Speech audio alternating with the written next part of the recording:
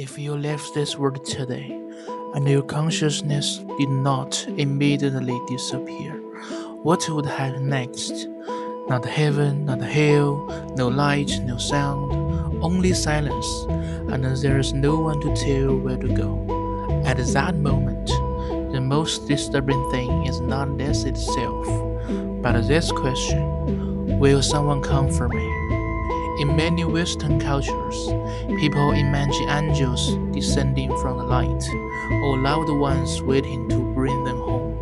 But in Chinese culture, we have a different belief. We believe the most dangerous moment after death is not punishment, but the slow creep of confusion, the cold weight of fear, the whole loneliness of being utterly lost. No path, no sign, no one to call. This quiet agony can hurt a lost soul deeply, even long before any judgment ever begins.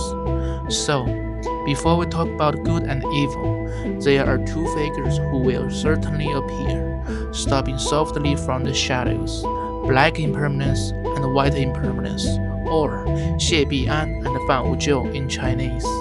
They are often called the Chinese Green Reapers. But unlike the cold Western figure with a sign who judge and condemns, their purpose is far gentler. You may have heard of them elsewhere, perhaps even as terrifying figures with long protruding tongues and frightening faces, but their reality is quite different.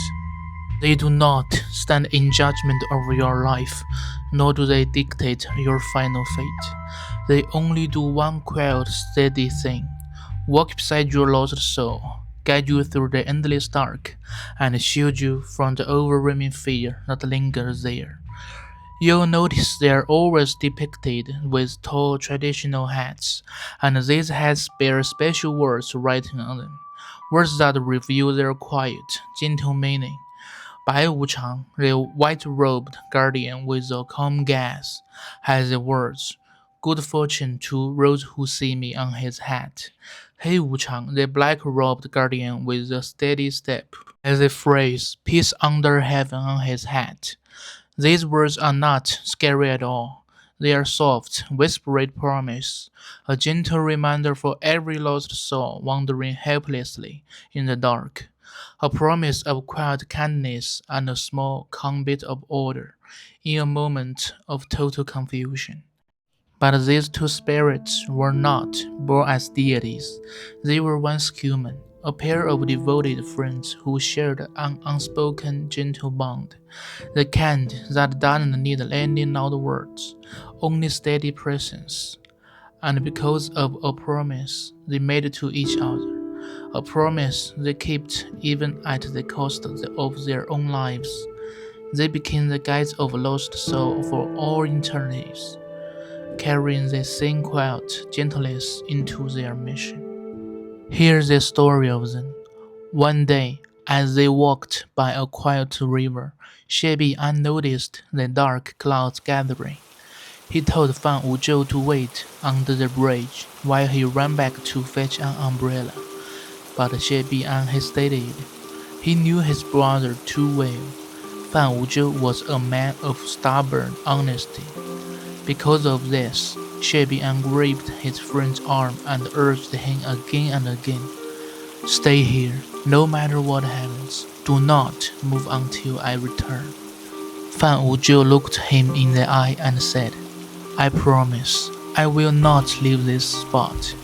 But as Xie Bian rushed home, the sky broke open. A sudden violent storm turned the Klang River into a raging monster. The water rose rapidly, swirling around Fan Wuzhou's knees, then his waist. He could have climbed away, but to him, a promise was sacred. He stayed, clinging to the bridge pillar as the flood swallowed him whole.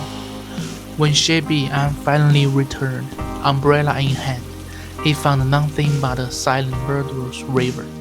In that moment of crushing guilt and quiet grief, he realized his friend had died for a simple promise, and so he followed him into the afterworld. The tale of their deep and unbreakable bond, and of the vow that was never broken, reached to the underworld.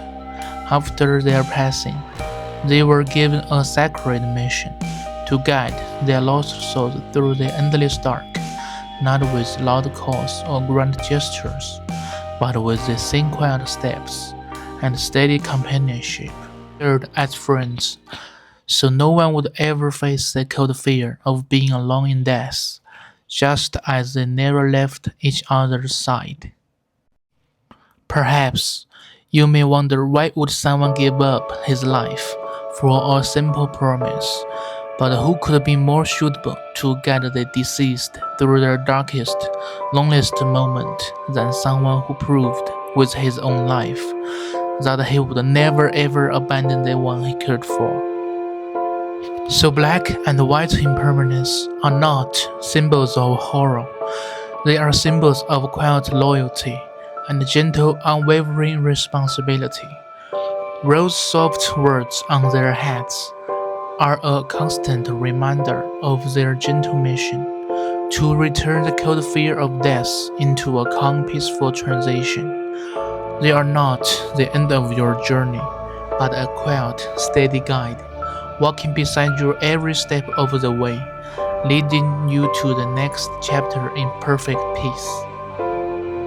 So, death is not a cold harvest by your side, but a long walk with an old friend, because in the deepest dark, the greatest comfort isn't being saved, it's simply not being alone.